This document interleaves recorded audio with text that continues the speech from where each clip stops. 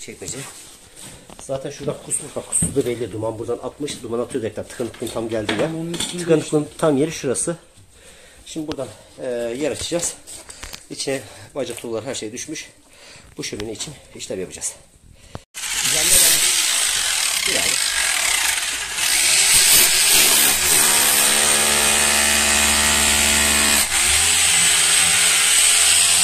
Abi.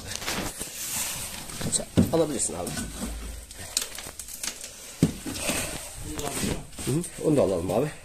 Şimdi buraya bunun arkasında kalacağı için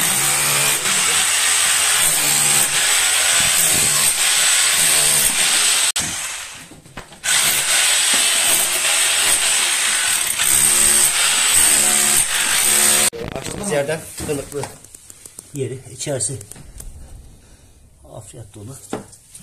Bunu boşaltacağız. Evet.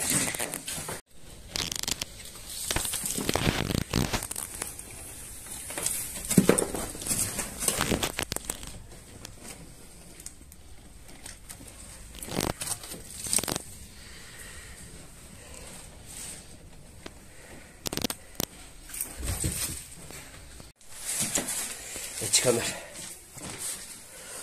Çıkanlar bunlar. Atsana abi. Bir kova doklu.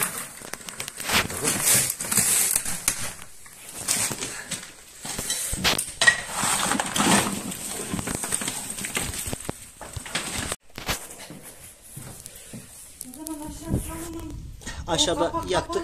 Bizim bir gene çekme. Herhangi bir sıkıntı yok. Beraber nasıl istedin? Yok abla, girişte. Şimdi bu boşluk kapatılacak. En sonunda orijinal kendi taşı konulacak. Bu halde işimiz bitti. Bu dış cephede daha önceden şey vardı. Burası tıkalı olunca duman buradan atmış. Dolayısıyla buraya da bir alçı çektik. Artık baca çekiş yapıyor. Biraz daha kuruttuktan sonra bir daha silinecek. Tertemiz olacak inşallah. Geçmiş olsun abla. Bacayı kapatacağız. Zaten duman tutuyor.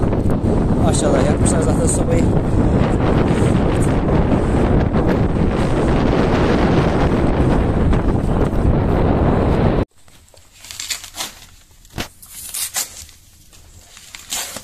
O zaman komple buraya geliyor işte. Böyle kapak açıp da odun atın diye nereden hiç duramıyorum. Testimizi yaptık. Bizim için tamamdır.